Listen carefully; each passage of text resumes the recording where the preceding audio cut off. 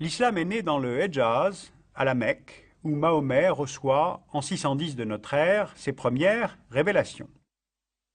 En quelques 50 ans, sous son impulsion, puis celle des premiers califes, c'est-à-dire ses successeurs, la nouvelle religion donne une unité à l'Arabie et à ses tribus, avant de gagner la Libye, la Perse, en passant par la Syrie et l'Irak.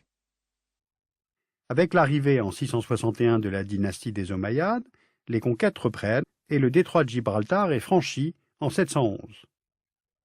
Ainsi, partie de la Mecque, la nouvelle religion s'impose désormais sur un immense territoire qui va de l'Atlantique jusqu'au fleuve Indus dans le sous-continent indien.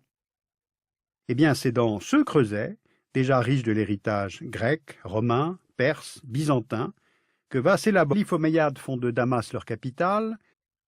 En janvier 750, près des rives du Grand Zab, les Omeyyades affrontent une armée levée par une dynastie rivale, les Abbassides.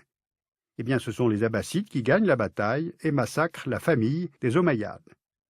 Le seul rescapé, Abderrahman, s'enfuit au Maghreb, puis il rejoint la péninsule ibérique où il va fonder en 756 la brillante civilisation arabo-andalouse. En 762, les Abbassides fondent de toutes pièces une nouvelle capitale, c'est Bagdad. Regardez cette carte. Bagdad, sur la rive droite du Tigre, était une ville parfaitement circulaire. Son modèle est inspiré des cités sassanides comme l'antique ville de Gour, dont les ruines se trouvent aujourd'hui en Iran.